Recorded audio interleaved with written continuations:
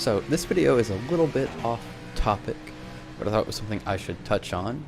Right now, if you go to Trading Paints, as of the time I'm recording this, the top rating system that you'll see for the new iRacing AI is mine. And I want to touch on that and why mine works and sort of what it can do for the community. I think it's worth noting that if this community is going to go anywhere with AI, especially of like the NASCAR rosters and stuff, that we can put together some really good stuff, just like we had in NR 2003. So what I did is I took some inspiration from stuff like N ratings and the formulaic approach that they take, and I compiled a master list of every driver in the 2020 season and all their stats in their previous series, which there's 31 Cup drivers and 4 Xfinity drivers. From that, I built some formulas that are rather long and cumbersome right now, and I'm working to improve, that satisfy the ratings for iRacing. It uses a relative skill rating, an aggression rating, an optimism rating, a smoothness rating, an age rating, pit crew, and strategy. The ones I haven't done are pit crew and strategy because I haven't come up with a way to get the data for that yet. But it's something I know I can do in the future. I just don't have time right now because I'm busy. But something I wanted to touch on is, where can iRacing get better with this AI?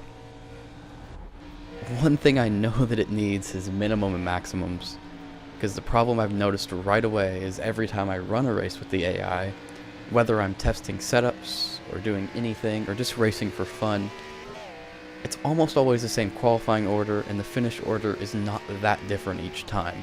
Now, who makes mistakes is different, but normally if you averaged it out, it's about the same. It's because there's no minimum and maximum system. Every driver performs at their relative skill level each and every time. So, something that I could see iRacing adding in the future that definitely needs to get done is a minimum and maximum for skill, aggression, optimism, and smoothness. Now, age, pit crew, and strategy. Age, minimum, maximum doesn't make sense. Pit crew and strategy, I don't think comes into play enough to consider that, but it could use it too. Another problem is we need to approach how drivers interact with each other, especially on super speedways and the like, because they tend to just congregate in a pack, and they don't think about the well-being of their car. They don't take into effect whether they're overheating or not. They tend to just be not on a rail. They do think, but they're short of a few key cognitive things that they need to race better. Now, should this be key in iRacing's development of AI? Absolutely not. iRacing's development is focused on making the most realistic service for racing online in the world, not the most realistic service for AI. But AI is something that's very nice for introverts like me, and also just generally expanding the community to people who may not have the time to delve into practice for a race.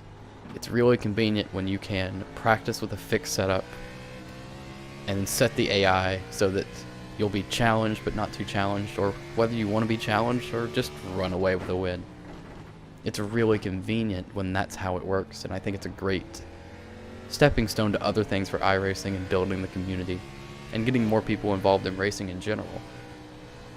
But I think just getting more traits of the NR 2003 community, because that's something that worked very well, and hopefully more people taking on tasks like this that I took on and building community assets that make it approachable.